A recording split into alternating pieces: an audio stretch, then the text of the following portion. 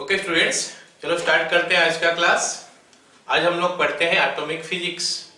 ठीक है, ये मॉडर्न फिजिक्स का एक पार्ट है। ठीक है, क्योंकि ये इन दिस एरिया ये यही टाइम में ये 200-300 साल से पहले ही का बात है, तो इसके बारे में हम लोग स्टडी करते हैं। ठीक है, तो इसीलिए हम लोग इसको बोलते हैं मॉडर्न फिजिक्स। तो मॉडर्न फिजिक्स में पढ़ने वाले हम लोग एटॉमिक फिजिक्स पढ़ेंगे, न्यूक्लियर फिजिक्स पढ़ेंगे, फिर इलेक्ट्रॉनिक डिवाइसेस पढ़ेंगे। तो पहले एटॉमिक फिजिक्स के बारे में बात करते हैं। ऑलराइट ना? ओके, तो जैसे अर्ली डेज में, काफी पुराना समय का बात है, उस समय क्या हुआ कि सब कोई सोचने लगे कि डिफाइन करने का जो मतलब जो मैटर है दुनिया में, जो मैटर्स है, इंसान है, पेड़ पौधा है, बाकी जितने सारे मैटर है, तो उसको कैसे डिफाइन किया जाए, कैसे हम लोग इसके बारे में बात करें कि कौन सा ऐसा चीज है जिसमें से बना है। ओके, तो उस समय काफी दिन पहले, शायद 600 BC का आसपास में है, हमारा इंडिया के ही थे महर्षि कनाडा। ओके, तो उनको वो बोले कि हर मैटर जो है, हर सब्सटेंस जो है बना हुआ है एक छोटा सा पार्टिकल में, जिस पार्टिकल को नाम दिए थे परमाणु। ओके, लेकिन वो बोले थे कि परमाणु जो है वो एग्जिस्ट नहीं करता है इंडिविजुअली, मतलब वो इंडिविजुअली एग्जिस्ट नहीं कर सकता। जैसे हमको पता है, हम लोग मैग्नेटोस्टैटिक्स में पढ़े थे या मैग्नेटिज्म में पढ़े थे कि मैग्नेट में क्या होता है, नॉर्थ पोल साउथ पोल होता है, लेकिन आइसोलेटेड पोल एग्जिस्ट नहीं करता। तो नॉर्थ पोल खाली एग्जिस्ट नहीं करेगा, साउथ पोल खाली एग्जिस्ट नहीं करेगा, दोनों पोल एक साथ ही आता है। जस्ट लाइक दैट, वो जो महर्षि कनाडा है उनका हिसाब से क्या हुआ कि एक जो हर चीज जो बना हुआ है छोटा सा पार्टिकल में, उसको बोलते हैं परमाणु, लेकिन वो इंडिविजुअली एग्जिस्ट नहीं कर सकता। तो वो किसी दूसरे परमाणु से के साथ कंबाइन करके बनता है। ओके, कंबाइन करके मॉलिक्यूल्स का, सॉरी क्या नाम है उसका, अणु उसको बोलते हैं। उस हिसाब से उसको माना गया था। ऑलराइट ना? ओके, तो ये बात हो गया इंडियन महर्षि जो वो बोले थे, महर्षि कनाडा जो बोले थे इंडियंस के हिसाब से। फिर उसके बारे में और भी स्टडी चल रहा होगा। ओके, तो काफी दिन के बाद कोई और बोला कि हमारा, बोलते हैं क्या, डाल्टन बोले, कोई आगे बोले मतलब डाल्टन बोले कि ये जो है, जो सबसे छोटा पार्टिकल है, उसको जो हम लोग वो महर्षि कनाडा जो उसको बोले थे परमाणु, वो उनका नाम दे दिए क्या, एटम। ओके, तो वो एटम का बारे में जैसे हमको पता चला, तो उसके बारे में स्टडी चलेगा कि एटम क्या होता है, उसके अंदर में क्या होता है, क्या ना होता है, उसके साथ हम क्या कर सकते हैं। ओके, कैसे ये हर चीज बनने के लिए इसको हिसाब से डिफाइन किया जाता है। ठीक है, तो जैसे स्टडी चल रहा था, डिफरेंट एज में डिफरेंट साइंटिस्ट डिफरेंट बात बोलते जाए, ताकि उसका भीतर में और डिटेल्स में स्टडी हो पाए। ठीक है, तो सबसे पहले जो हमारा उसका क्या बोलते हैं, साइंटिफिकली उसको जो बताया गया, मतलब एविडेंस के साथ, कि ये हो गया एटम। डाल्टन्स मतलब क्या, various model for structure of atom. तो एटम का स्ट्रक्चर कैसा होता है, क्या होता है, वो डाल्टन पहले बताए थे। ओके, तो उसको हम लोग बोलते हैं क्या, डाल्टन्स एटॉमिक थ्योरी। ठीक है, तो डाल्टन्स एटॉमिक थ्योरी हमको क्या बताता है कि every material is composed of minute particles known as atom. Okay, atom is individual, मतलब वो और ब्रेक नहीं हो सकता, वो सबसे छोटा है। That is can not be subdivided, it can neither be created not be destroyed. Okay, atom of the same element are identical. जैसे मान लेते ये वाला पेन है, या फिर मैं खुद हूं, या फिर कोई और है, तो वो सब का अगर सेम एलिमेंट है तो वो आइडेंटिकल होता है, physical as well as chemical. Okay, whereas atom have different properties, different element and different properties, अलग अलग एलिमेंट का अलग अलग प्रॉपर्टी आ गया। ये हम लोग का बताए थे डाल्टन्स एटॉमिक थ्योरी। ठीक है ना? लेकिन बाद में जब हमारा डिस्कवर हुआ, थॉमसन डिस्कवर किए इलेक्ट्रॉन, उसके बाद प्रोटॉन डिस्कवर हुआ, मतलब ये थ्योरी जो है रॉन्ग हो गया। मतलब एटम को और डिवाइड किया नहीं जा सकता, वो सबसे छोटा है, ये जो बताए थे डाल्टन, उसको रॉन्ग प्रूव हो गया। तो अगर वो रॉन्ग प्रूव हो गया, इसका मतलब है कि और कुछ एटम के बारे में हमको जानना है, और क्या क्या चीज है। तो उसका बारे में स्टडी करने के लिए हम लोग क्या किए, मेन थॉमसन जो वो बोले कि नहीं एटम सबसे छोटा नहीं होता है, उसका हिसाब से कुछ और होता है, उनका हिसाब से कुछ और होता है एटम, क्योंकि वो डिस्कवर कर चुके थे। क्या नाम है बताओ, इलेक्ट्रॉन। तो एटम सबसे छोटा नहीं है, उसके अंदर में और छोटा पार्टिकल है इलेक्ट्रॉन। ओके, तो एक्सपेरिमेंटल करके वो पता चला कि हाँ उसके अंदर में इलेक्ट्रॉन है। तो उसके बाद लेकिन ये पता चला कि एटम तो इलेक्ट्रिकली न्यूट्रल है। तो अगर एटम इलेक्ट्रिकली न्यूट्रल है तो फिर नेगेटिव चार्ज अगर खाली है, इलेक्ट्रॉन का चार्ज नेगेटिव निकल चुका था, तो फिर एटम इलेक्ट्रिकली न्यूट्रल कैसे हो सकता है। तो उसमें माना गया कि equal amount of positive charge भी एटम के अंदर है। मतलब तब तक हमारा इलेक्ट्रॉन और प्रोटॉन का बारे में पता चल चुका था कि इलेक्ट्रॉन और प्रोटॉन है, equal amount of positive charge है। ऑलराइट ना। तो फिर वो equal amount of positive charge और नेगेटिव चार्ज जो है एटम में है वो कैसा है, कौन सा फॉर्म में है, इस बारे में पता चलना चाहिए। ओके, तो उस हिसाब से थॉमसन अपना एक मॉडल दे दिए। अब हम जो थॉमसन एटॉमिक मॉडल पढ़ेंगे वो तो रॉन्ग है, लेकिन फिर भी वो पढ़ना जरूरी है, फिर भी उनका नाम है। क्यों? क्योंकि उस समय तक तो एटम का बारे में कोई कुछ बोल नहीं पा रहा था। क्योंकि एटम का बारे में कोई कुछ बोल नहीं पा रहा था, इन दैट केस क्या होता है बताओ, जो वो बोल रहे हैं वो सही मान के हम लोग चल रहे हैं। क्या जो हम बोलेंगे, मतलब एक साइंस जैसे आप सबको कुछ पता नहीं है, कोई फिजिक्स का कोई एक चीज के बारे में पता नहीं है, तो आप सब क्या मानोगे, जो मैं पढ़ा रहा हूं मैं जो बोलूंगा वही सही बोल के मानोगे। अगर पता नहीं है तो पता है तो अलग बात है। जस्ट लाइक दैट दुनिया में बाकी किसी को कुछ पता नहीं था, थॉमसन बोल रहे कि नहीं ऐसा है कि ये एटम इस टाइप का है, दुनिया को मानना पड़ा, क्योंकि उनका बारे में वो लोग कुछ नहीं जानते थे, ये जो बताए वो सही है। ओके ना। तो इस हिसाब से थॉमसन अपना एटॉमिक मॉडल दिए।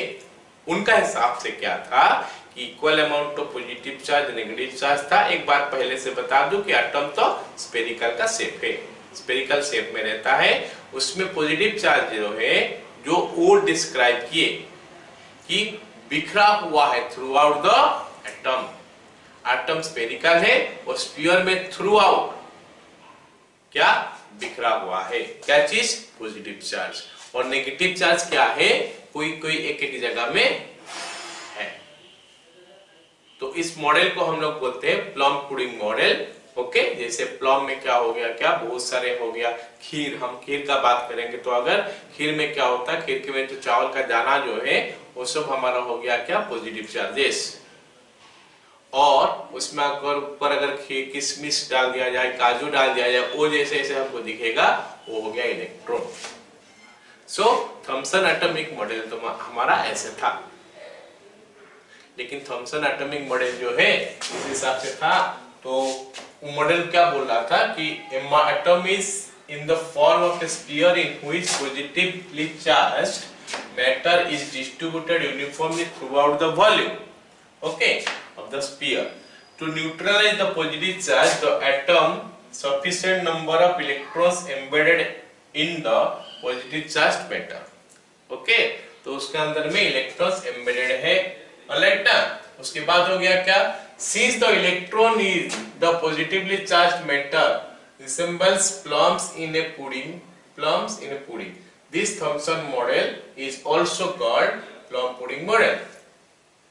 ओके, तो ये जो थॉमसन प्लम पुडिंग मॉडल था, ये एक्सप्लेन कर पाया, satisfactory explain the presence of electron and positive charge in an atom. इसका बारे में एक्सप्लेन तो कर दिया, लेकिन इसका एक ड्रॉबैक हो गया। क्या ड्रॉबैक हो गया कि ये जो है Thomson atomic model was not able to explain the line spectrum due to atoms or scattering alpha particles. तो ये बात तो बाद में पता चला, ये स्कैटरिंग अल्फा पार्टिकल्स के बारे में। और ये तो पहले वो बोले थे तो उसको मानना पड़ा, हाँ वो बोले हैं कि ऐसा है तो उस हिसाब से हम लेते हैं। मतलब थॉमसन एटॉमिक मॉडल में हमको ये पता चला कि एटम स्फेरिकल इन शेप है और उसके अंदर में जो पॉजिटिव चार्ज है पूरा बिखरा हुआ है इसका वॉल्यूम में, और इलेक्ट्रॉन जो है नेगेटिव चार्ज जो है एम्बेडेड इधर उधर करके रखा गया है। क्लियर, ये हो गया। तो इसमें से पता चल गया कि एक्सप्लेन क्या कर पाए कि उसमें पॉजिटिव नेगेटिव चार्ज का पोजीशन कैसे है, लेकिन यहाँ पे एक्सप्लेन नहीं कर पाए क्योंकि हम लोग जब देखते हैं कोई भी एटम में उसमें से क्या होता है, स्पेक्ट्रम निकलता है। ओके, वो स्पेक्ट्रम को एक्सप्लेन करना वो नहीं कर पाए। और अभी इसके बाद जो रदरफोर्ड वो एक्सपेरिमेंट किए, वो एक्सपेरिमेंट से पता चला कि अल्फा पार्टिकल जो है स्कैटर्ड होके इधर उधर जा रहा है, उसको एक्सप्लेन करने के लिए इनके पास कोई उपाय नहीं था। क्यों अल्फा पार्टिकल ऐसे जा रहा, तो ये इनका ड्रॉबैक हो गया इसका थॉमसन एटॉमिक मॉडल का। तो फिर रिसर्च चलने लगा तो रदरफोर्ड रिसर्च चल रहा था, तो रदरफोर्ड का बाद ये ड्रॉबैक निकला, तो इसको हम डिस्कार्ड कर लिए। फिर भी हम इसको पढ़ रहे हैं इसीलिए कि, या फिर उनको मान रहे हैं इसीलिए कि वो लोग तो कुछ दिए, कुछ एक तो कॉन्सेप्ट दिए कि इस हिसाब से ये होता है, तो उसको बेस करके हमारा पढ़ाई आगे चलेगा। ऑलराइट ना, तो इस हिसाब से हमारा क्या हो गया, आगे हमारा क्या, Rutherford's alpha scattering experiment. Rutherford's alpha scattering experiment क्या है, तो उसके लिए मैं बता दूं कि ये हमारा रदरफोर्ड अल्फा स्कैटरिंग एक्सपेरिमेंट है। ऑलराइट, दिस इज व्हाट, ये हो गया हमारा एक तो लेड बॉक्स। इसका अंदर में क्या होता है, सोर्स ऑफ अल्फा पार्टिकल है।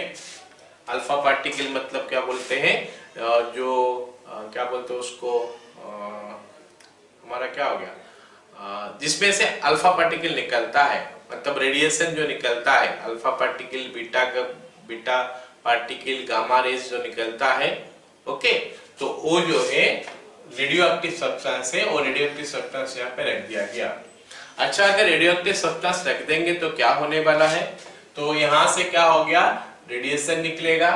Alright, alpha particle, beta particle, gamma ray सब तरफ निकलते जाएगा। ऑलराइट ना, उसके में क्या हो गया, ये लीड पार्टिकल, लीड बॉक्स जो है, इसका प्रॉपर्टी है कि उसको एब्जॉर्ब कर लेता है।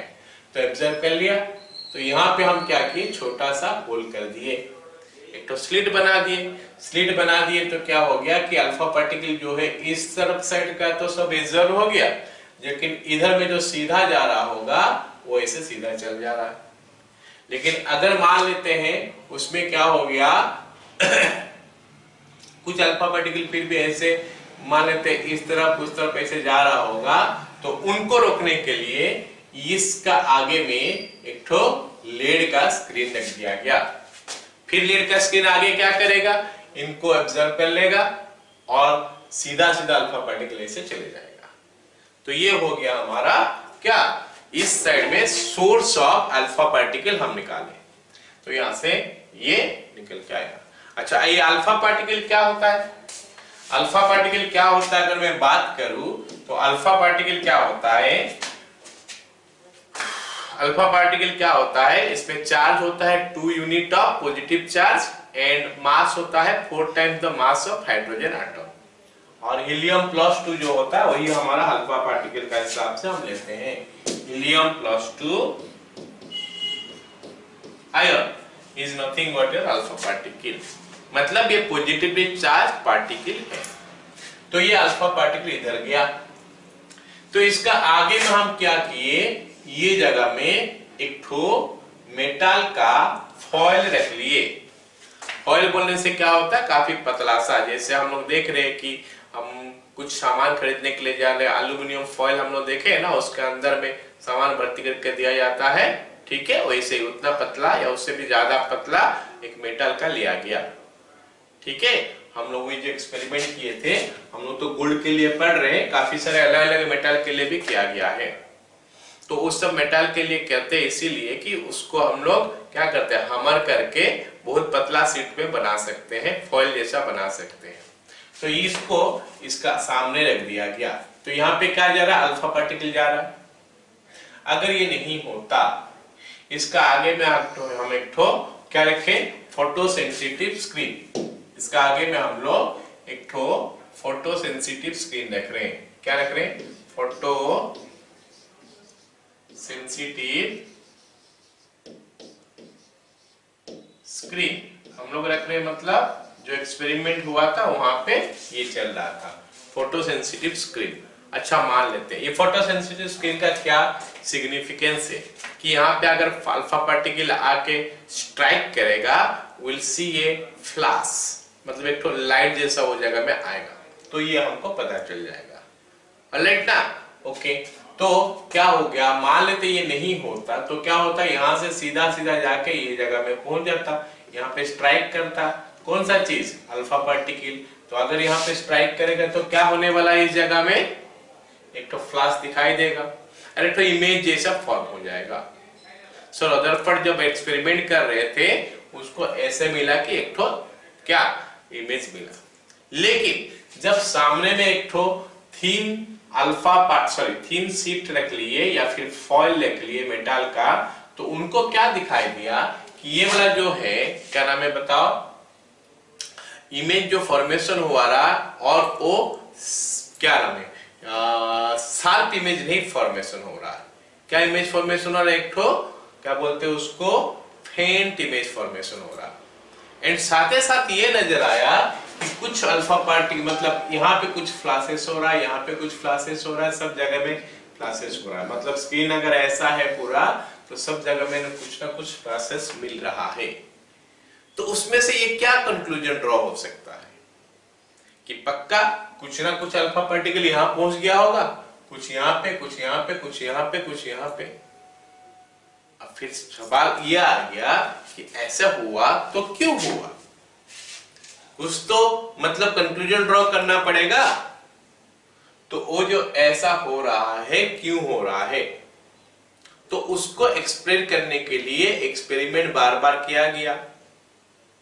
तो फिर फाइनली ये कंक्लूजन ड्रॉ किया गया कि नहीं, ऐसा कुछ हो रहा होगा कि काफी सारे अल्फा पार्टिकल तो आ रहा होगा यहाँ पे, लेकिन कुछ अल्फा पार्टिकल क्या हो रहा, उनका पाथ जो डेविएट कर गया होगा। ये जो अल्फा पार्टिकल यहाँ पे जाके स्ट्राइक किया तो ये इतना एंगल डेविएट किया, ये पे जो स्ट्राइक कर रहा होगा वो इतना एंगल डेविएट कर रहा होगा, मतलब अलग अलग एंगल डेविएट कर रहा होगा। तो मेरा कहने का मतलब है कि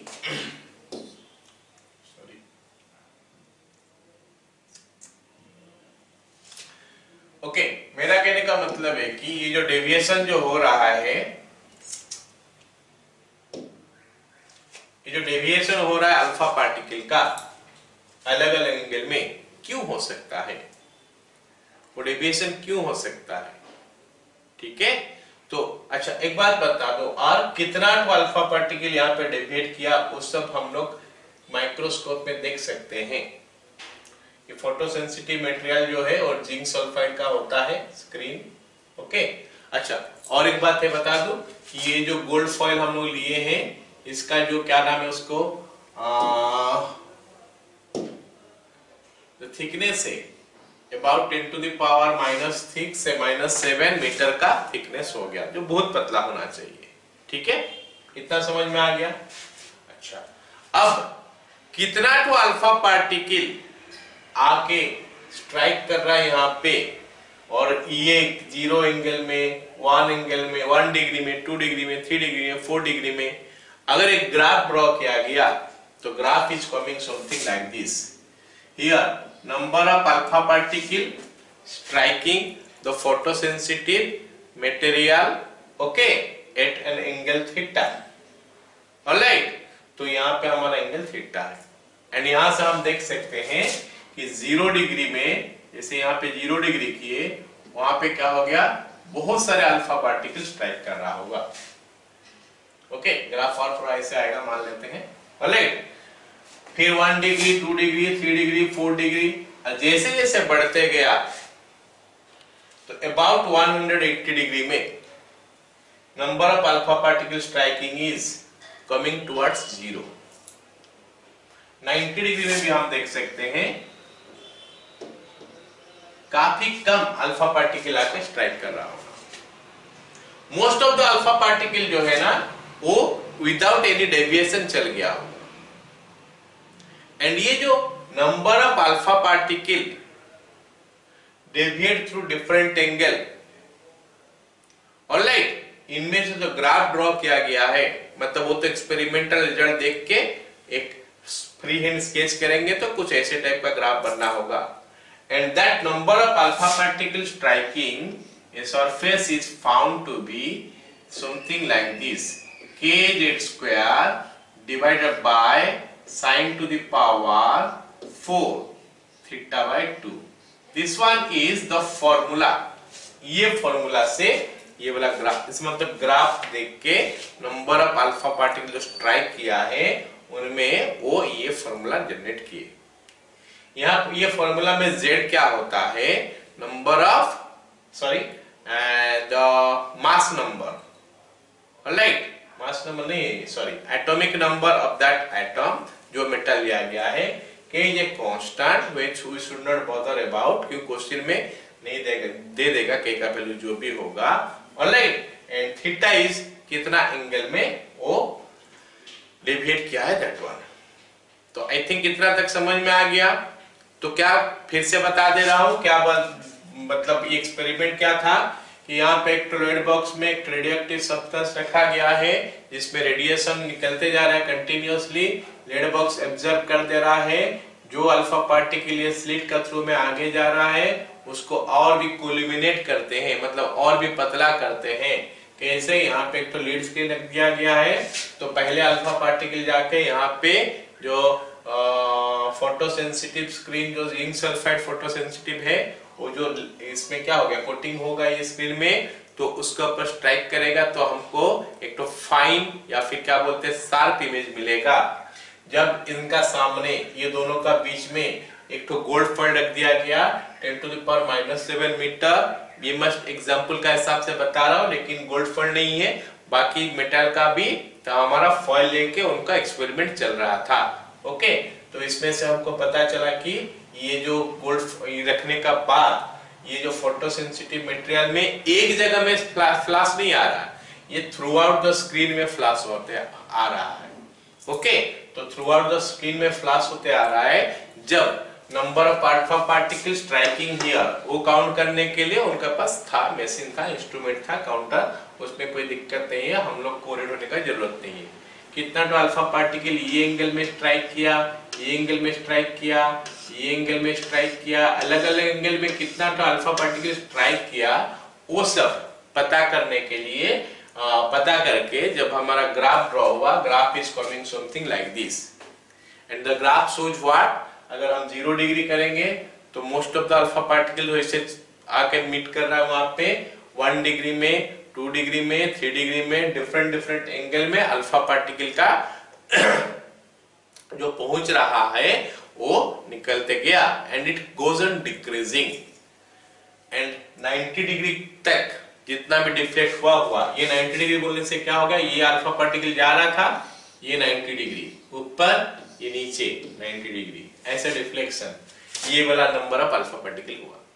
और बहुत ही कम alpha particle, I can say 1 in 8000, मतलब 8000 अल्फा पार्टिकल अगर आएगा उसमें से एक अल्फा पार्टिकल 90 डिग्री से ज्यादा एंगल करेगा, ये कर सकता है, ये कर सकता है, ये कर सकता है, या फिर ये एंगल कर सकता है, ठीक है।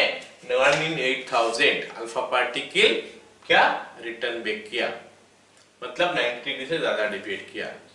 और अबाउट 1 in 10,000, 10,000 में एक अल्फा पार्टिकल क्या हुआ कि जैसे जा रहा था वैसे वापस आ गया, क्या ऐसे जा रहा था फिर ऐसे वापस आ गया, 1 in 10,000। Okay, this one is the experimental observations, ये ऑब्जर्वेशन हमको मिला एक्सपेरिमेंटली, पता चला सबको। ओके, तो let me see this one. तो रदरफोर्ड अल्फा स्कैटरिंग एक्सपेरिमेंट क्या है वो बता दिया। In 1996 Rutherford observed that this जो भी है, in order to explain the scattering alpha particle, okay, in Rutherford and his co-workers जो कि स्टूडेंट है geyser and मैदरसन, okay, in 1919 made a series of experiment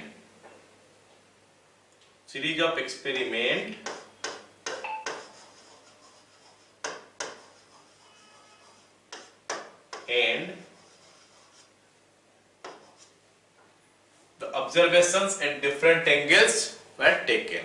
ठीक है, ऑलराइट। उसके बाद हमारा हो गया क्या, रदरफोर्ड अल्फा स्कैटरिंग एक्सपेरिमेंट। वो जो मैं बोल रहा था वही चीज यहाँ पे लिखा गया है, जो मैं बता रहा था कि ऑब्जर्वेशन जो दिखा जा रहा है वो कैसे बाय द माइक्रोस्कोप हम लोग देख रहे हैं कि कितना तो टेनी फ्लास उसमें आ रहा है, फ्लास आ रहा है। ठीक है, ओके, इतना तक क्लियर हो गया ना, ऑलराइट। तो ये जो हो गया चीज, क्या नाम है बताओ, रदरफोर्ड अल्फा स्कैटरिंग एक्सपेरिमेंट का जो ऑब्जर्वेशन हुआ, तो फिर वो ऑब्जर्वेशन होने का बाद वहां से कैसे हमको पता चलेगा कि क्या क्या कंक्लूजन ड्रॉ किया गया। ओके, तो नंबर 1 कंक्लूजन ये ड्रॉ किया गया कि क्योंकि बहुत सारे अल्फा पार्टिकल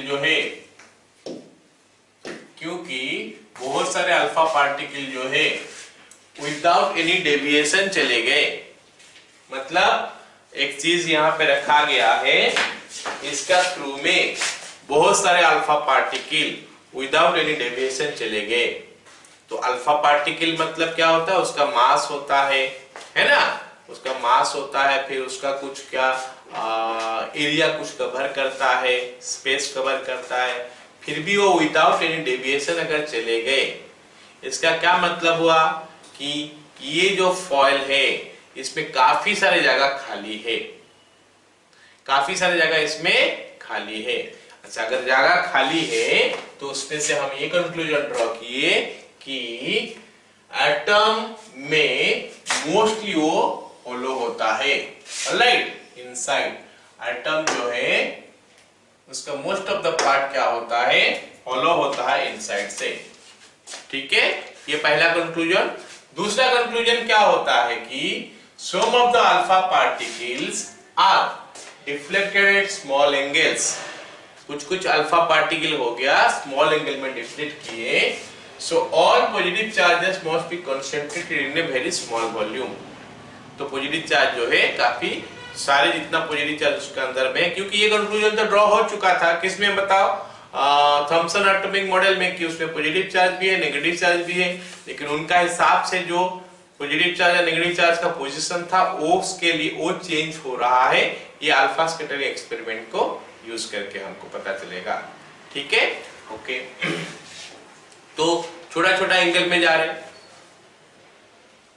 मतलब वो न्यूक्लियस से, वो जो सेंटर वाला पार्ट है उससे अगर दूर में है तो छोटा छोटा एंगल में वो स्कैटरिंग होगा, और वो जैसे जैसे पास आ जाएंगे स्कैटरिंग एंगल बढ़ते जाएगा। चलो यहाँ पे next, very few 1 in 10⁶ alpha particle return back. Return back मतलब सेम वे में रिटर्न बैक कर रहे हैं। अब मैं बता दूं कि ये जो अल्फा पार्टिकल है, ये अल्फा पार्टिकल का मास बहुत ज्यादा है, सॉरी एनर्जी बहुत ज्यादा है। तो बहुत ज्यादा एनर्जी अगर है, वो लोग आके इधर से आ रहे हैं फिर रिटर्न आएंगे, तो कब हो सकता है, जब they will be opposed by, जैसे मान लेते हैं यहाँ पे कोई एक तो बॉडी है और एक तो पार्टिकल आ रहा है, अगर ये बहुत हल्का होगा तो एक पार्टिकल अगर आएगा बहुत हाई स्पीड में एनर्जी लेके, तो इसमें से क्या होगा, एंटर करके दूसरी तरफ चले जाएगा। लेकिन कुछ अल्फा पार्टिकल जो है ना, बहुत एनर्जी होने का बावजूद भी मास और उनका स्पेस कुछ ऑक्यूपाई करते, फिर भी क्या होते हैं, वो लोग रिटर्न बैक करते हैं। तो उसमें से हम क्या कंक्लूजन ड्रॉ करेंगे कि ये जगह से, ये जो रिटर्न बैक किए, मतलब इसमें ये वाला जगह में काफी हेवी मास होगा, in comparison to this one काफी हेवी मास होगा, और काफी हेवी रिपल्शन होगा, बहुत ज्यादा रिपल्शन होगा। तो ये वाला जगह जो है, ये हम बोलते हैं कि एटम का सेंटर है, और इसमें एटम का जितने सारे मास है वो सारे इस जगह में लोकेटेड है। एटम में जितने सारे मास है वो सारे इस जगह में लोकेटेड है, और इस जगह को बोला जाता है क्या, न्यूक्लियस। और ये मान दिया गया उस समय कि ये जो न्यूक्लियस है इसमें सारे पॉजिटिव चार्ज है। So that is what a very few, this one, this indicates that there must be some heavy part of the atom concentrated in a very small volume at the center. This particle, this space is called nucleus. अच्छा, ये जो nucleus है उसका order कुछ ऐसा है, 10 to the power -15 metre जो radius है उसका, ऑलराइट, और जो एटम है, एटम का जो है radius 10 to the power -10 meter है। ओके, एटम का radius 10 to the power -10 meter है, न्यूक्लियस का radius 10 to the power -15 meter है। बात हुआ कि ये कैसे हुआ, ये कैसे हुआ, ये कैसे पता चलेगा कि इतना होगा, तो हम डिस्कस करेंगे इसके बाद कैसे होगा। डिस्टेंस ऑफ क्लोजेस्ट ऑब्जेक्ट से हम डिस्कस करेंगे। तो इतना तो क्लियर हो गया, ऑलराइट। तो ये 3 पॉइंट हमारा हो गया, ऑब्जर्वेशन से ये कंक्लूजन ड्रॉ किया गया, ठीक है। ओके, अगला पॉइंट देखते हैं। The scattering angle of alpha particle increases, the scattering angle of alpha particle increases, alright, as it comes closer to the nucleus, so the repulsive force obeys thus Coulomb's law. Coulomb's law क्या होता है? Coulomb's law of electrostatics हम लोग पढ़े हैं कि F is equal to K into Q1 Q2 by R square। ये हमारा Coulomb's law of electrostatics है। ओके, तो यहाँ पे हमको पता चल रहा है कि अगर दो पार्टिकल का भीतर में डिस्टेंस कम होते जाएगा तो फोर्स बढ़ते जाएगा, है कि नहीं। तो यहाँ पे देखो, मान लेते ये एक एटम है और इसका न्यूक्लियस ये है, ये इसका न्यूक्लियस है, एटम है और उसका न्यूक्लियस ये है।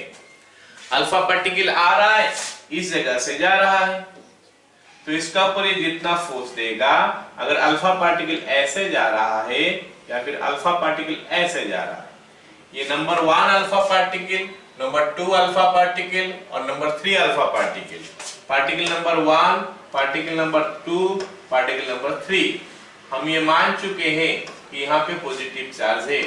ओके, न्यूक्लियस में पॉजिटिव चार्ज है, अल्फा पार्टिकल में भी पॉजिटिव चार्ज होता है, तो ये पॉजिटिव चार्ज दोनों में फोर्स आएगा, and the distance is this much, कुछ आएगा फोर्स। अच्छा, जैसे ये अल्फा पार्टिकल और ये इसमें में फोर्स आएगा, लेकिन distance between them is this one. Now ये दोनों में डिस्टेंस कितना है, दिस मच, जो कि कम हो चुका है। डिस्टेंस कम हो गया तो फोर्स बढ़ गया, तो अभी डिस्टेंस और कम हो गया है तो फोर्स और बढ़ गया। समझ में आया कि नहीं? That is why it obeys Coulomb's law. Okay, तो ये पता चला कि मतलब अल्फा पार्टिकल्स का ऊपर जो फोर्स गिर रहा है वो कूलम्ब्स के फोर्स का हिसाब से आ रहा है, ठीक है। अच्छा, अगला पॉइंट देखो, the scattering angle of alpha particle increases as for the heavier metal. Alright, ये बात बता दूं कि मान लेते हैं ये एक तो मेटल, ये एक तो मेटल का एटम है और ये एक तो मेटल का एटम है। ये मेटल का एटम जो है इसका एटॉमिक नंबर Z1 है, ये मेटल का एटॉमिक नंबर Z2 है।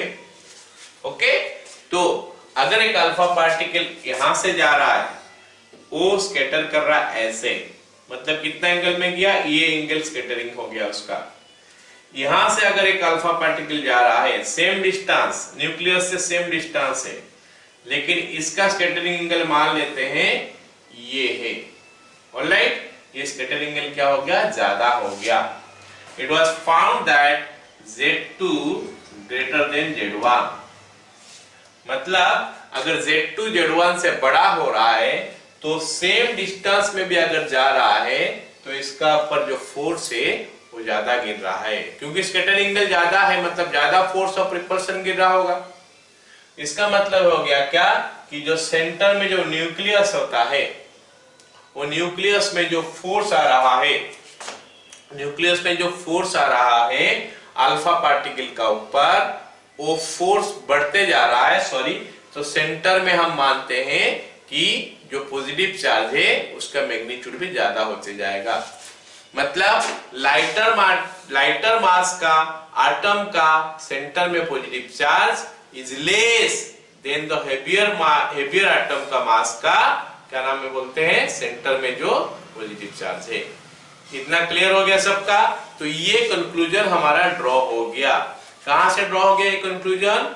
From the Rutherford's alpha scattering experiment. ये 5 कंक्लूजन हम लोग ड्रॉ कर लिए। ठीक है, पता चला इतना? ओके। अब आ गया हमारा डिस्टेंस ऑफ क्लोजेस्ट अप्रोच। ये डिस्टेंस ऑफ क्लोजेस्ट अप्रोच हमारा है क्या? तो मैं बता दूं कि डिस्टेंस ऑफ क्लोजेस्ट अप्रोच होता है जिसमें कि हम न्यूक्लियस का रेडियस मेजर करते हैं। न्यूक्लियस का रेडियस मेजर करते हैं। अब जरा सोचो कि यहाँ पे एक तो न्यूक्लियस है, ये मान लेते हैं न्यूक्लियस है, क्या बोलते हो, ये बीच में इसका पॉइंट है, ये पॉइंट हमारा न्यूक्लियस है मान लेते हैं। ओके, अल्फा पार्टिकल आया, ऐसे रिटर्न जो जा रहा है। ओके, ये अल्फा पार्टिकल रिटर्न जा रहा है। अच्छा, अगर और जोर से देंगे तो रिटर्न जाएगा, और जोर से देंगे रिटर्न जाएगा, और जोर से देंगे और आगे जाएगा रिटर्न आएगा, और जोर से देंगे और आगे जाएगा रिटर्न जाएगा। तो ऐसे जब एक्सपेरिमेंट चल रहा था, उस समय हम लोग जो अल्फा पार्टिकल है उसका वेलोसिटी जो है 2 × 10⁷ मीटर पर सेकेंड, इतना वेलोसिटी में हम एक अल्फा पार्टिकल को अगर प्रोजेक्ट कर रहे हैं तो ये जाएगा, उसके बाद वापस आ रहा है। उससे ज्यादा में करेंगे तो वो अल्फा पार्टिकल इसका अंदर घुस जा रहा है, किसका, न्यूक्लियस का अंदर घुस जा रहा है। ओके, मैं बता रहा हूं क्यों होता है ऐसे। ठीक है, जैसे यहां पे हो गया क्या, न्यूक्लियस,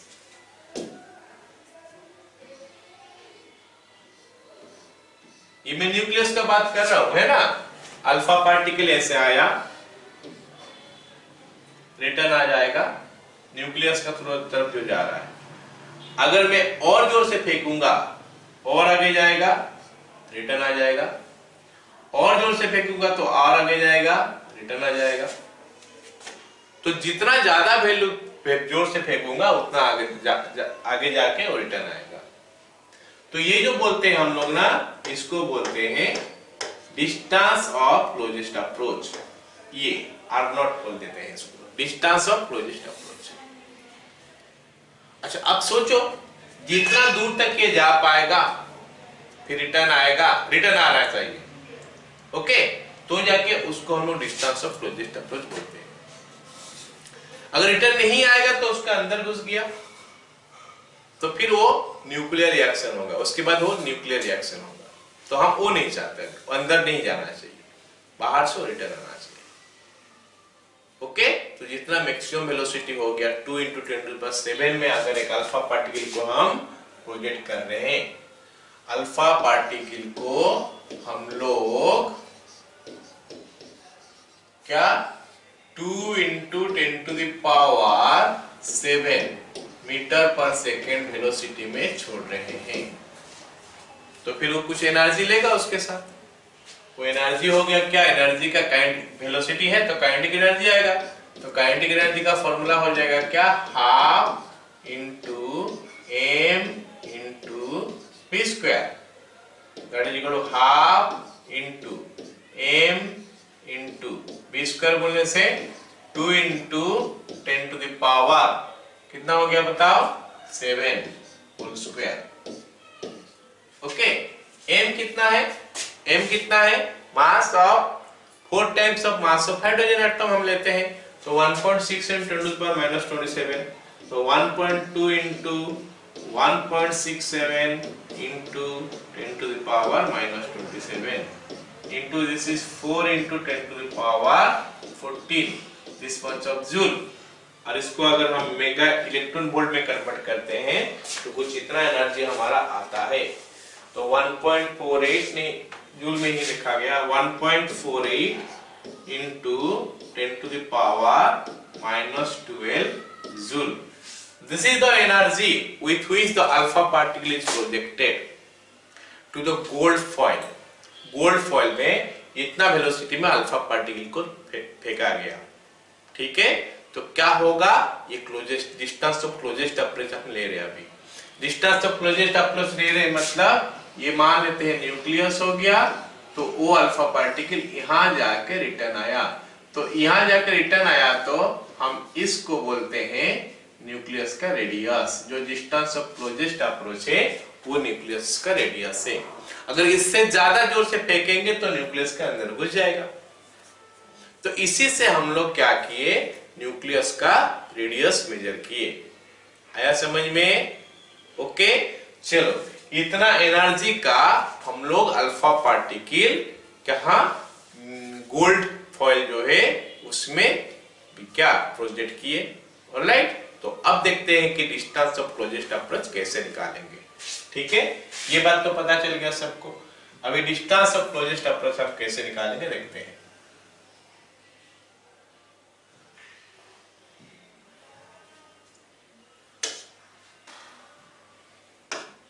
ओके, तो डिस्टेंस ऑफ क्लोजेस्ट अप्रोच निकालते हैं। ठीक है, मैं बता रहा हूं, ये हमारा एटम हो गया, ये हमारा एटम हो गया, ये न्यूक्लियस है। ठीक है, ये अल्फा पार्टिकल आ गया, यहां पे नहीं लगाते, जस्ट ए मिनट।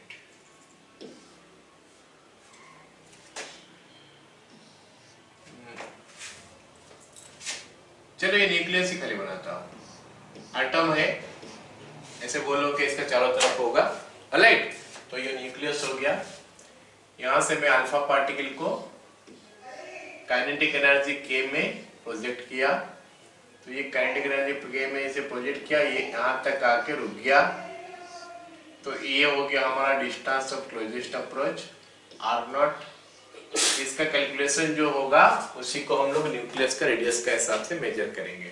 लेकिन बात है कि ये आर नॉट कैसे कैलकुलेशन होगा, हम थ्योरेटिकली कैलकुलेशन करेंगे। हम प्रैक्टिकली मतलब सर क्या बोलते हैं, एक्सपेरिमेंटल का वैल्यू के बारे में छोड़ते हैं, थ्योरेटिकली कैलकुलेशन करते हैं।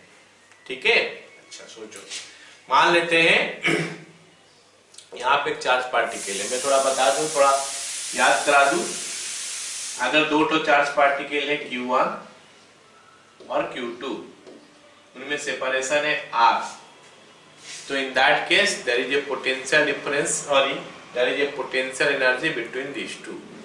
इलेक्ट्रोस्टैटिक पोटेंशियल एनर्जी, इसका फॉर्मूला होता है K into Q1 into Q2 by R।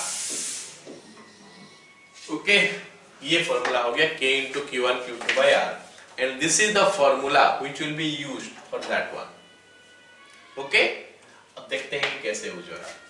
अब जरा सोचो कि अगर अल्फा पार्टिकल को मैं यहां से फेंका हूं, इसमें काइनेटिक एनर्जी K है, जैसे जैसे ये आगे जाएगा it will experience a force of repulsion, क्योंकि ये पॉजिटिव है और ये भी पॉजिटिव है, दोनों पॉजिटिव है, तो फोर्स ऑफ रिपल्सन आएगा। फोर्स ऑफ रिपल्सन आने से क्या होगा, ये इसका वेलोसिटी कम होगा, इसका वेलोसिटी कम होगा तो काइनेटिक एनर्जी कम होगा। जैसे यहां तक पहुंचा तो काइनेटिक एनर्जी कितना हो गया, कम। तो फिर वो काइनेटिक एनर्जी गया कहां, तो ये दोनों में कुछ दूरी तो होगा, ये दोनों में उससे कुछ दूरी तो होगा, R होगा, तो वो पोटेंशियल एनर्जी में कन्वर्ट हो गया। तो ये और आगे गया, काइनेटिक एनर्जी और घटेगा, तो फिर पोटेंशियल एनर्जी बढ़ जाएगा, क्योंकि R का वैल्यू घटते जा रहा। जैसे ये अल्फा पार्टिकल यहां पे पहुंच गया तो R का वैल्यू अभी इतना हो गया, R1 R से कम है, तो R1 R से कम है तो ये वैल्यू और बढ़ जाएगा, क्योंकि R का वैल्यू नीचे में आता है। इसका मतलब है कि काइनेटिक एनर्जी घटते घटते जाता है, वो काइनेटिक एनर्जी पोटेंशियल एनर्जी में कन्वर्ट हो जाता है। जैसे जैसे अल्फा पार्टिकल आएगा, डिस्टेंस ऑफ क्लोजेस्ट अप्रोच आ जाएगा, वो जगह पे मोमेंटरीली रुक जाएगा। वो जो मोमेंटरीली रुक गया उस समय क्या हुआ होगा, उसका काइनेटिक एनर्जी 0 हो गया, और वो काइनेटिक एनर्जी क्या हो गया, पोटेंशियल एनर्जी में कन्वर्ट हो गया होगा, ठीक है कि नहीं। और वो जो पोटेंशियल एनर्जी उस समय कैलकुलेशन होगा जब इसका काइनेटिक एनर्जी पूरा का पूरा पोटेंशियल एनर्जी में कन्वर्ट हो गया होगा, उस समय जो डिस्टेंस वो दोनों में होगा वो हो गया उसका डिस्टेंस ऑफ क्लोजेस्ट अप्रोच। हम अलग अलग स्पीड में भेजेंगे तो डिस्टेंस ऑफ क्लोजेस्ट अप्रोच अलग अलग होगा। अब हम इतना स्पीड में भेज रहे हैं कि उसका एनर्जी जो है हम निकाले थे पिछला स्लाइड में है, तो वो एनर्जी में वो डिस्टेंस ऑफ क्लोजेस्ट अप्रोच, उससे ज्यादा स्पीड में फेंकेंगे तो फिर न्यूक्लियस के अंदर चले जाएगा। ठीक है, हम गोल्ड फॉइल के लिए एक्सपेरिमेंट किए थे। ओके, अब बात हो गया क्या, K into Q1 Q2 by R का वैल्यू जो है वो हो जाएगा हमारा क्या, काइनेटिक एनर्जी। ये K काइनेटिक एनर्जी वहां पे जो भी निकलेगा 1.2 इंटू 10 जो भी निकला होगा वो निकला था, देख लेंगे हम लोग, ठीक है। ओके, चलो इसको हम लोग लिखते हैं as the alpha particle, just a minute इसको थोड़ा पतला कर देता हूं, as the alpha particle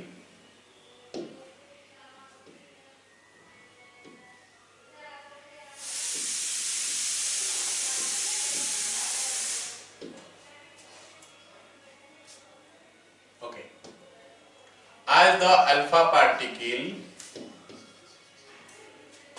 get closer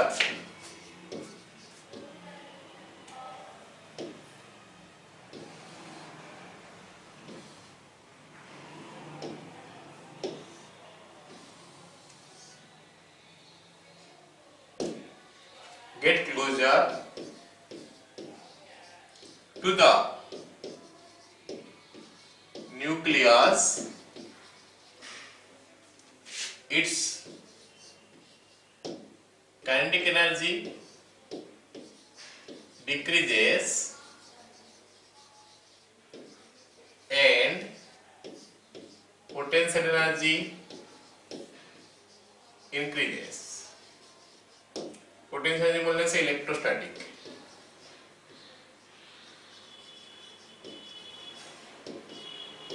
electrostatic potential energy increases, okay, at the distance of closest approach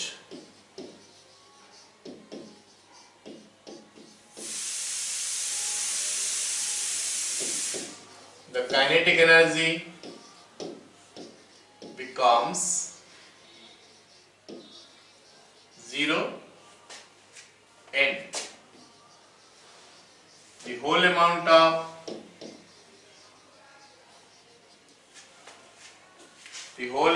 of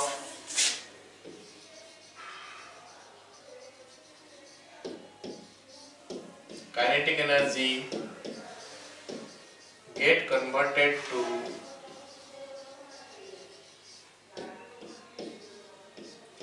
potential energy। हो गया, ठीक है। चलो इसको हम लोग थोड़ा बना लेते हैं। ये nucleus,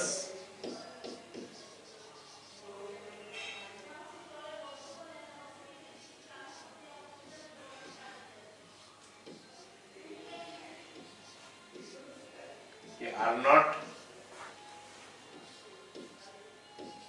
okay. Therefore, kinetic energy is equal to potential energy, implies kinetic energy is equal to potential energy का फॉर्मूला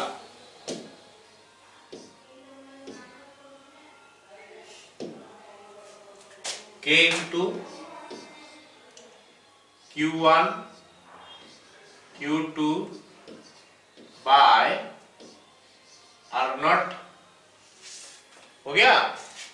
implies K का वैल्यू हो गया था हमारा कितना, 1.48 into 10 to the power minus 12,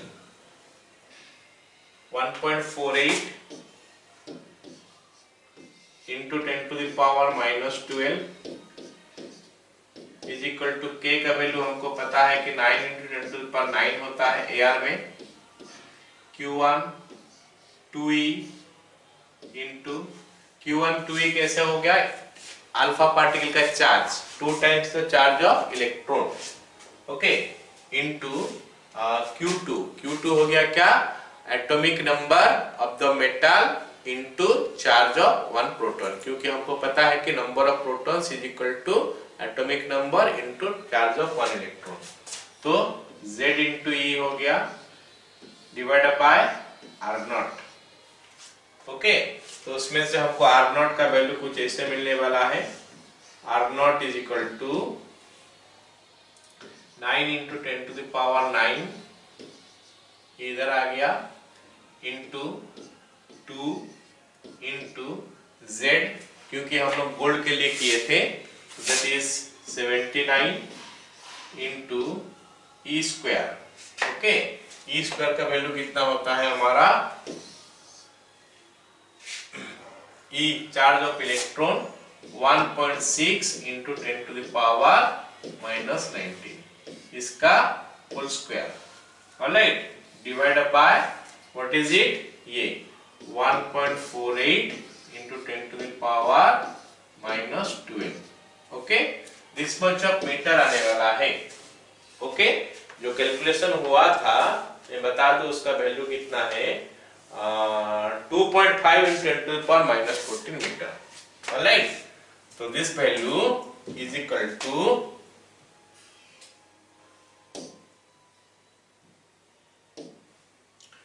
this is equal to 2.5 into 10 to the power -14 metre.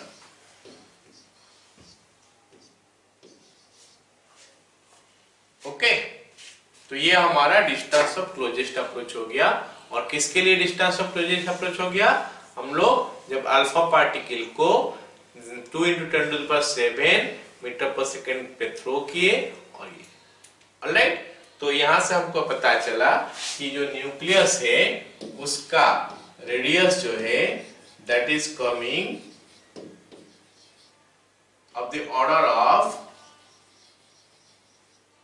10 to the power -15 metre का आसपास। Okay, तो ये हमारा हो गया क्या, न्यूक्लियस का रेडियस का डिस्टेंस ऑफ क्लोजेस्ट अप्रोच में से हमको पता चला वो, थियोरेटिकली जस्ट। ओके, चलो आगे, ऑलराइट। तो ये सब एक्सपेरिमेंट हो गया, डिस्टेंस ऑफ क्लोजेस्ट अप्रोच हो गया। अब हम लोग क्या करेंगे, रदरफोर्ड एटॉमिक मॉडल जो है उसमें से, मतलब रदरफोर्ड जो किए थे उसमें से कंक्लूजन ड्रॉ हो गया कि उनका एटॉमिक मॉडल, और ये हम वो रदरफोर्ड एटॉमिक मॉडल दिए। ओके, पहला क्या एटॉमिक मॉडल क्या, based on the experimental observation, Rutherford in 1911 put the following atom model। Okay, तो बोला है कि atom is a sphere of radius. पहले तो क्या हो गया, एटम एक स्फीयर है जिसका कि रेडियस हो गया हमारा कितना, atom is a sphere, okay, of radius about 10 to the power -10 metre. ये एटम का स्फीयर, एटम का रेडियस के बारे में बात कर रहे हैं। अगर हम न्यूक्लियस का बात करेंगे तो उसका वैल्यू कितना हो जाता है, 10 टू द पावर -15 मीटर का आसपास। इसका मतलब है कि अगर मैं न्यूक्लियस का रेडियस बाय एटम का रेडियस कर लूं तो कितना हो जाएगा, 10 टू द पावर -5, ऑलराइट। मतलब न्यूक्लियस का radius 10 to the power 5 times कम है इन कंपैरिजन टू एटम का रेडियस। तो कितना छोटा होगा सोचो, उतना छोटा में सारे मास हो गया एटम का भरा हुआ है। तो उससे हमको ये पता चल गया कि न्यूक्लियस जो है बहुत हाई डेंसिटी वाला है ना।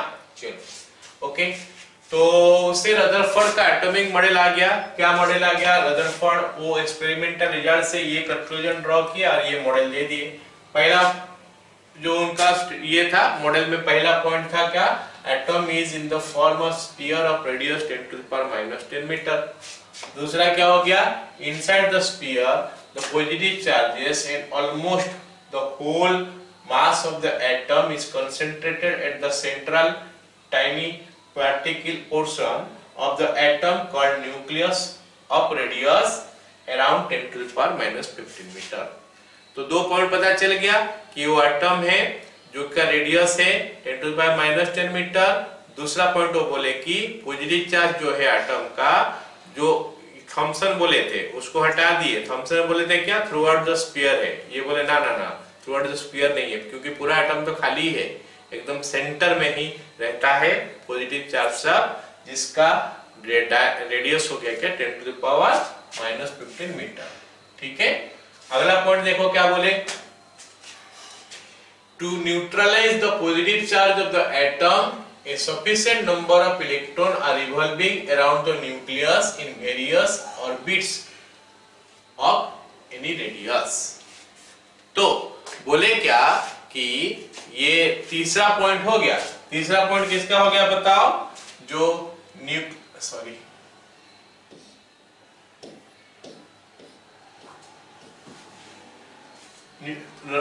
रदरफोर्ड का एटॉमिक मॉडल का तीसरा पॉइंट वो बोले क्या, क्योंकि एटम तो न्यूट्रल होता है, तो पॉजिटिव चार्ज के बारे में तो बता दिए कि वो सेंटर में होता है, तो फिर नेगेटिव चार्ज या फिर इलेक्ट्रॉन वो कहां पे है। तो वो बोल रहे हैं कि इलेक्ट्रॉन जो है सफिशिएंट नंबर ऑफ इलेक्ट्रॉन होता है न्यूट्रलाइज करने के लिए, और ओलम क्या कर रहे हैं, ओलम क्या कर रहे हैं, रिवॉल्व कर रहे हैं।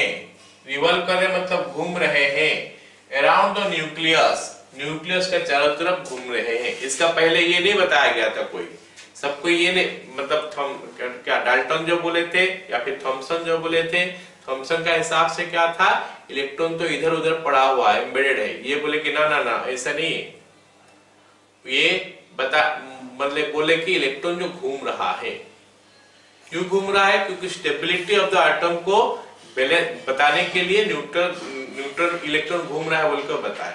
ओके, कैसे स्टेबिलिटी ऑफ द एटम का हिसाब से बोले, क्योंकि अगर इलेक्ट्रॉन खाली रहता है, जगह में रहता, तो एक तो छोटा जगह हो गया एटम, प्रोटॉन है इलेक्ट्रॉन है, खींच लेगा, तो क्या हो जाएगा, वो कोलैप्स कर जाएगा।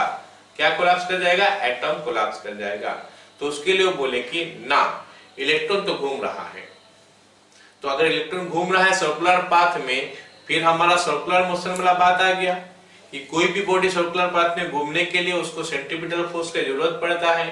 तो फिर यहाँ पे सेंट्रीपिटल फोर्स उसको कौन देगा, तो जैसे इलेक्ट्रॉन घूम रहा है ये ऑर्बिट में, ये ऑर्बिट में इलेक्ट्रॉन घूम रहा है, यहाँ पे न्यूक्लियस है, एक इलेक्ट्रॉन घूम रहा है ऐसे करके, तो उसको कौन देगा, सेंट्रीपिटल फोर्स। सेंट्रीपिटल फोर्स वो फोर्स होता है जो कि सेंटर की तरफ एक्ट करता है, क्योंकि इलेक्ट्रॉन नेगेटिवली चार्ज है और ये न्यूक्लियस पॉजिटिव चार्ज है, तो ये इसको एक तो फोर्स देगा। ओके,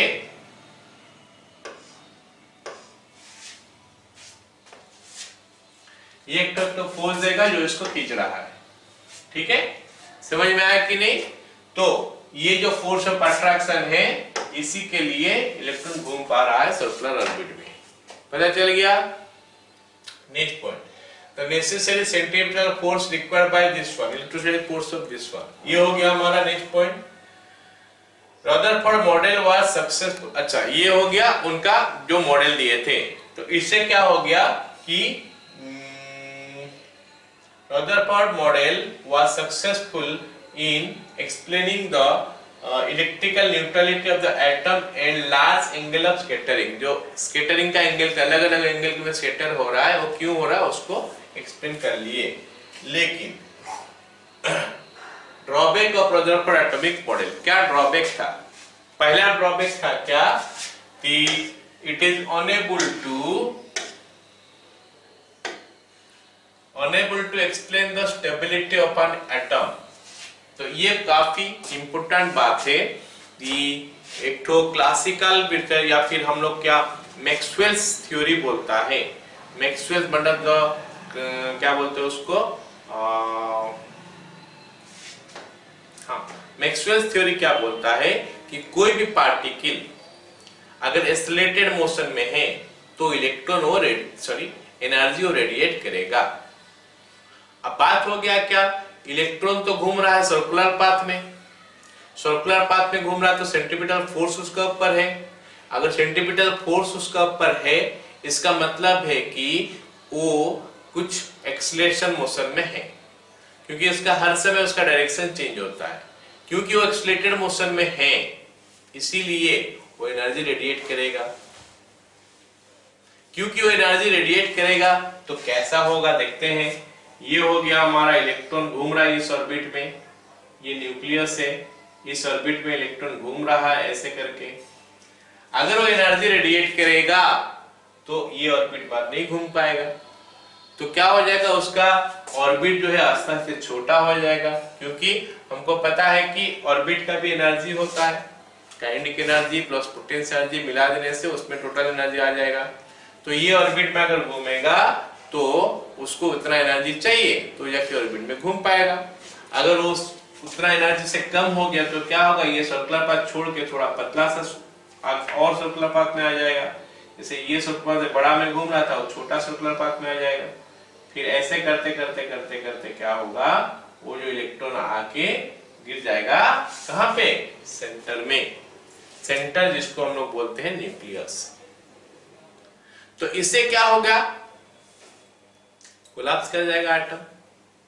मतलब एटम का स्टेबिलिटी का बारे में इस पॉइंट ऑफ व्यू से एक्सप्लेन नहीं कर पाए।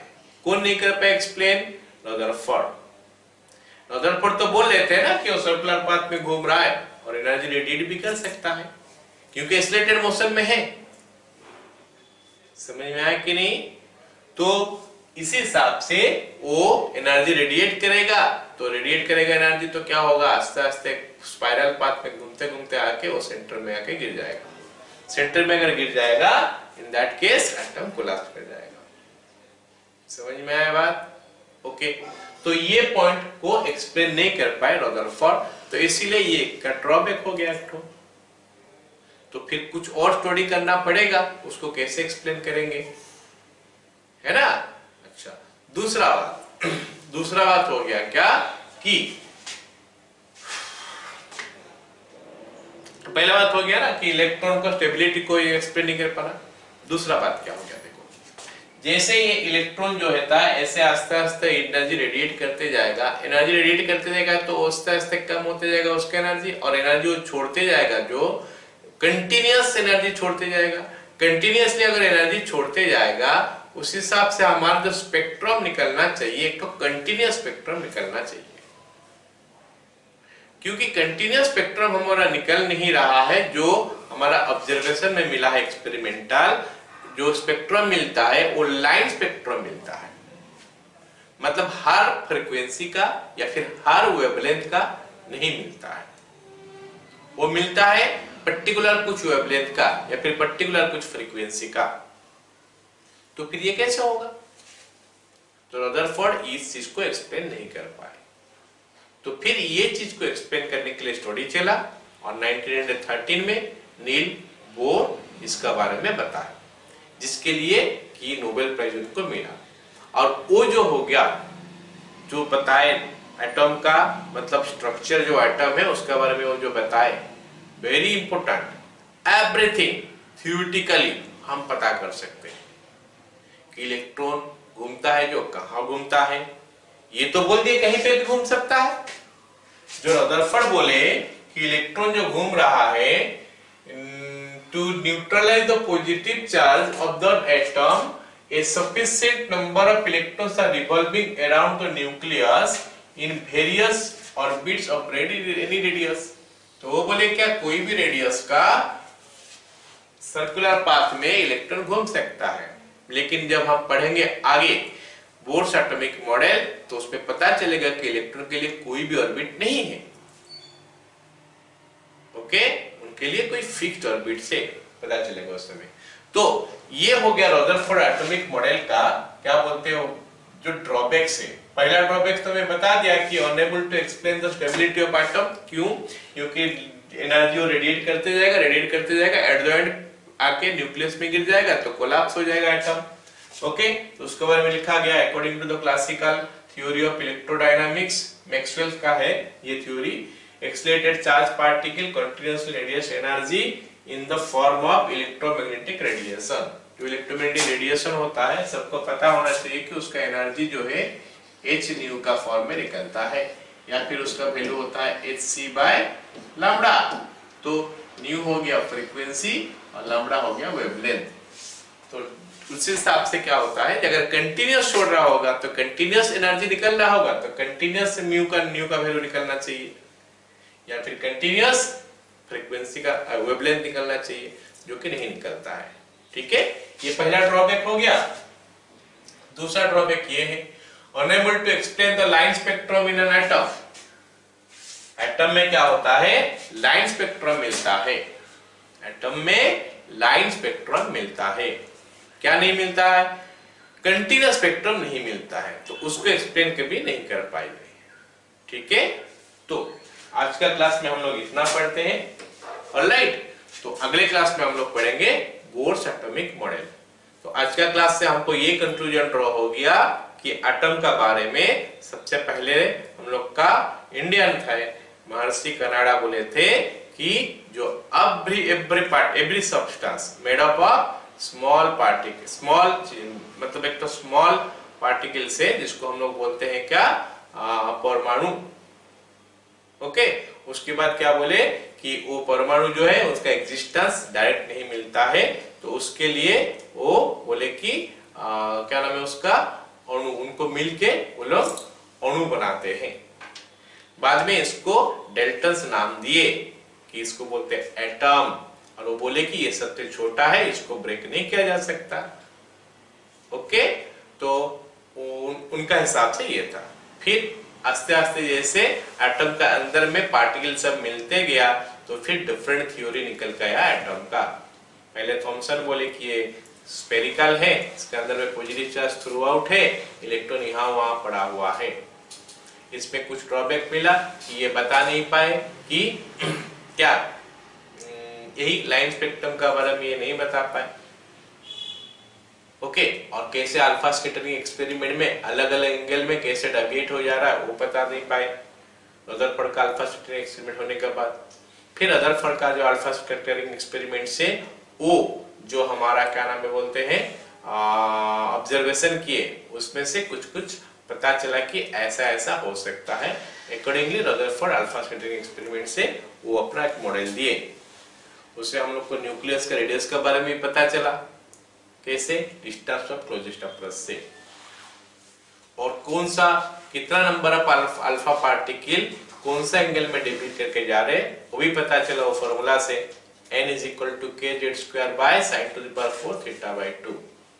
क्लियर, तो ये सब पॉइंट नोट करें। काफी थ्योरी यहाँ पे आ गया, हम लोग अभी बोर्स एटॉमिक पढ़ेंगे तो उसमें काफी क्या डेरिवेशन सब आएगा। ऑलराइट।